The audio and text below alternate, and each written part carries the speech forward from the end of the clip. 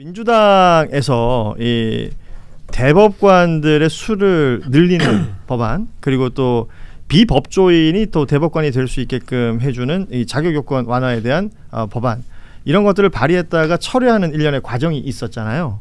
그 과정을 두고 뭐 선거 기간 앞두고 있으니까 또 사법부와의 불편한 관계를 좀 걱정해서 철회한 것 아니냐라는 평가들도 합니다.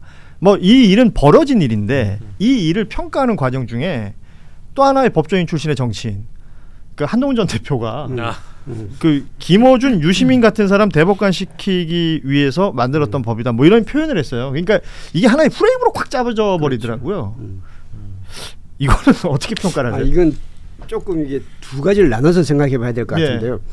하나는 민주당의 그 100명 증원안, 그리고 비전문가 대법관 임명안 법안을 발의한 것은 정무적으로는 과연 그게 이 시기에, 이 민감한 시기에 그게 과연 옳았나, 그것이 대선에 도움이 되나, 이런 판단은 할 수는 있습니다. 왜냐하면 5월 1일 날 대법원이 유죄 파기 환송심을 했고, 그 다음에 5월 8일 날 장경태 의원이 대법관 100명 법안을 제출했고, 그랬었죠. 예. 그리고 5월 23일 날 박범계 의원이 이제 대법관 30명 법안을 제출하면서 그 중에 10명은 비법조인으로 하는 이 안을 낸 거죠. 근데 이것이 꼭 어떻게 보면 이 프레임을 짜기에 대해서는 그 대법원의 유죄 파기 환송심에 대한 보복 법안처럼 비춰지고, 그렇게 프레임을 짜고 거기다가 이제 한동훈 전 대표가 SNS에다가 갑자기 뜬금없이 유시민, 김어준 대법관이라는 요 이름을 명명을 해가지고 이걸 확 이렇게 그 덧칠을 해버린 거죠. 그러니까 그 민주당의 행동이 과연 그것이 이게 정무적으로 이제 약간 그런 어려운, 조금 이 시기에 좀 더 차분하게 대선 끝난 다음에 이걸 논의했으면 어땠을까 싶은 그런 어려움은 있는데, 그렇지만 이것 때문에 어떻게 됐냐면, 그럼 대법관은 늘리면 안 되는가? 그리고 대법관의 법조인 말고 다른 사람이 되면 그건 큰일 날 일인가? 이 문제는 다시 한번 생각해 볼 생각이 있고요. 지금은 대법관 지금 14명인데 대법관은 그 법관들이 대법관들 늘려라 달라고 계속했어요. 너무 경무 일이 많고 일은 앞으로도 점점 늘어나고, 그리고 또한 대법관이 많아지면 자기들이 대법관 될 확률이 높아지잖아요. 그렇죠. 그걸 누가 싫어해요? 그 법관들은 대부분 다 대법관 늘리는 거를 그 반대하지 않고 이번에도 크게 반대하지 않습니다. 다만 이제 100명이라는 게 너무 커서 그런데 20-30명으로 조금씩 늘려나갈 수 있는 방법이 있고, 그리고 또 하나는 비법조인 대법관에 대해서 굉장히 알레르기 반응을 보이는데 저는 법관들의 그 폐쇄성을 이제 앞으로도 계속해서 이제 그 판결이라는 건, 판단이라는 거는, 예전에 지금 AI도 판단 잘합니다. AI도 판단 잘하고, 제가 AI한테 그거 물어봤어요. 야, 지기현 판사 해명 너는 믿니? 이렇게 했더니 딱 그렇게 나오더래요. 첫째, 그런 환경에서 사진만 찍고 나오기란 현실적으로 납득하기 어렵습니다. 둘째, 주변 상황이나 대화 내용 상황에 대한 기록이 없으면 사진만 찍고 나왔다는 말만으로는 신뢰를 갖기 어렵습니다. 다 맞는 말인데요. 단순히 해명만으로는 사건 해결되기 부족하고 더 면밀한 조사가 필요해 보입니다.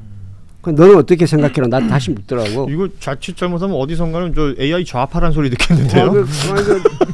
그러니까 이제 AI도 이 정도 판단 다 할 수 있어요. 그러니까 재판부의 판단은 이제는 법조문을 달달 외우는 사람이 아니라 AI에 대한 거라든지 계속 복잡한 사안에 대해서는 비전문가들도 거기에 대한 판단을 할 수 있어야 되는 거죠. 이게 말씀이 비전문가라는 건 법에 대한 비전문가지만 나머지 영역에서는 오히려 전문가일 수 있는 거죠. 그러니까 비변호사.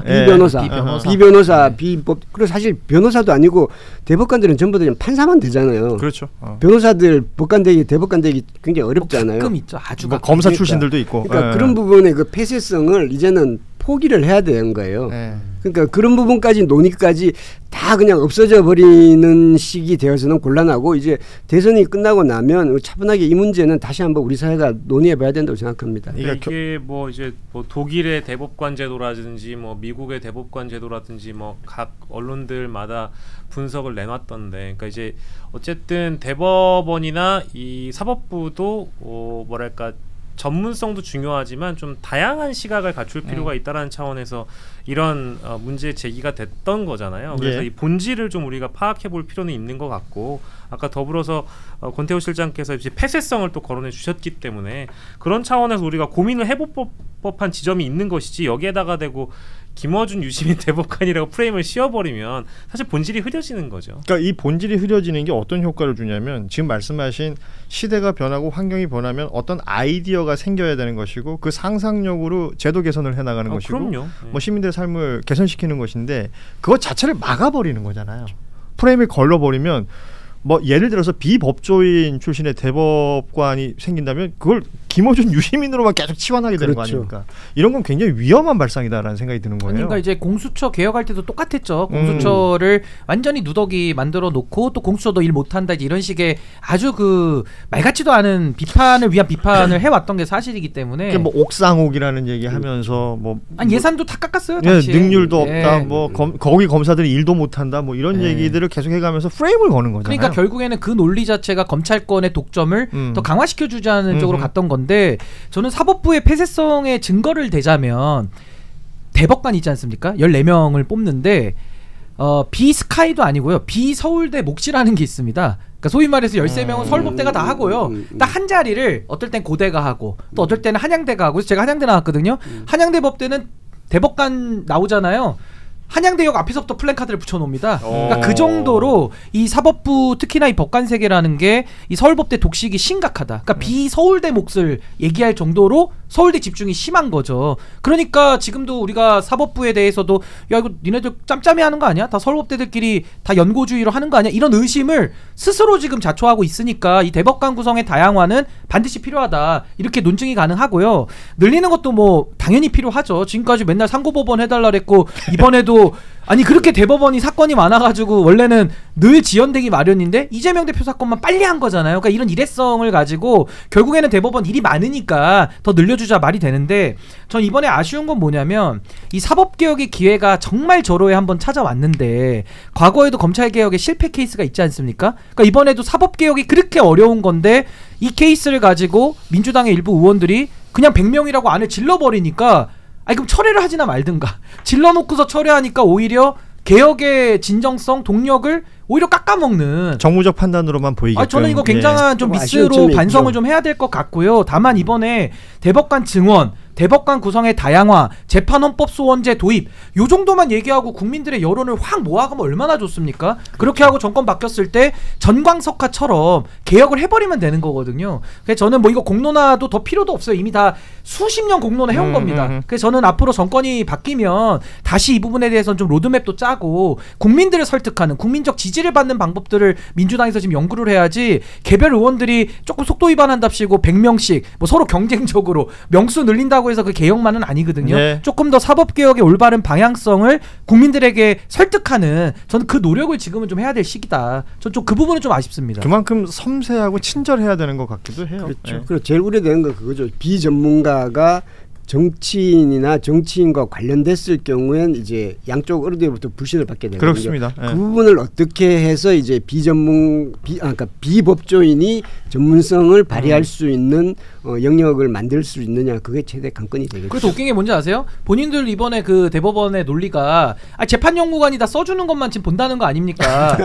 그 논리대로 하면 비법조인 들어가서 다 할 수 있어요. 판단 능력만 있으면 다 보고서 올라오니까 인용 기각만 선택하면 됩니다. 예. 그게 배심제도 하는 거 아니에요. 예. 일반인의 시각에서. 그러니까 저는 이번에 대법원에서 이재명 후보 사건 굉장히 졸속으로 처리했던 것은 비법조인도 대법관 할 수 있다라는 전 강력한 논거로 쓸 수 있다. 저 그렇게 봅니다. 이게 이제 지금 뭐 민주당에서 소위 대선을 다 이길 것 같다라고 생각하는 일부 인사들이 좀 미리 선제적으로 뭐 또 이슈도 좀 만들고 싶고 자신의 어떤 성과로 자랑하고 싶은 그런 법안들에 대한 경쟁적 발의가 있을 수 있다고는 보거든요. 근데 중요한 건 이제 그게 문제가 아니라 이번 대법원에서 보여줬던 이런 절차나 과정에 대한 문제가 심각했기 때문에 이제 이런 법안들의 발의까지 이르게 된 거잖아요.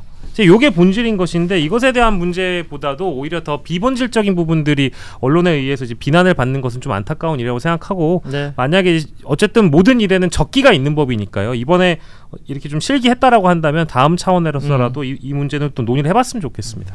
이 이슈를 좀 길게 얘기했더니 동접이 빠지네요, 확실히. 예. 아, 아니 뭐 빠져도 된다고 생각합니다. 왜냐하면 마칠 시간 다 됐고요. 근데 마음이 좀 아프시잖아요. 아니 괜찮아요. 저는 이 재판 관련 이야기를 하고 이 사법부 관련된 이야기를 하면서 최근에 그 이춘식 선생 그 기사가 난 게 있었어요. 그러니까 일제 강제노역 피해자이시잖아요. 이재명 후보 재판이 그렇게 빨리 진행되는 걸 보고 아 우리나라도 재판이 저렇게 빨리 진행될 수도 있는 거구나. 그 옆에 계신 가족분들이나 굉장히 긴 시간 그리고 그 재판 여러분 기억하실지 모르겠지만 양승태 사법농단 때 재판 거래의 대상이었습니다. 그거 이렇게 해주면 저렇게 해줄게 저렇게 해주면 저렇게 해줄게 그러면서 20년 이상을 끌었거든요. 그러니까 어떤 사람들에게 법이라는 게 어떻게 적용되는지가 이번에 여실히 드러나고 있는 것 같다.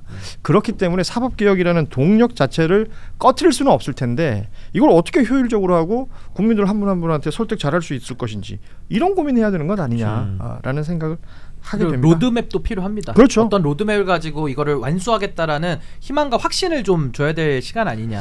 그리고 이제 신인규 변호사가 이제 항상 방송하다 보면 요 정도 거리에서 하잖아요. 네. 한참 이게 피치가 오를 때는 좀 침이 튀어요. 그래서 제가 구강 구조 때문에 난 좋아. 난 좋아. 아니 나 진짜 진행자가 게스트한테 침 튀겠다. 저희 다음에 유리판을 하나 좀 놔주세요. 나도 여기 유리판을 뭐 방탄까지는 아니라도 위생유리. 방침 뭐 이런 거 하나 좀 해줘. 갑자기 저는 침 튀기. 나 무슨 얘기 하시려고 하는데 나 깜짝 놀랐네. 살짝 튀기는 건 인정합니다. 네, 괜찮습니다. 약침입니다. 약침. 좋습니다. 약침이에요. 오늘 집에 가서 피부 미용에 좀 더 신경 쓰도록 하겠습니다. 자, 오늘 뉴스 다이브 함께했던 시간 마무리하도록 하겠습니다. 우리 권태호 실장님, 신인규 변호사, 박영식 평론가 세 분 고맙습니다.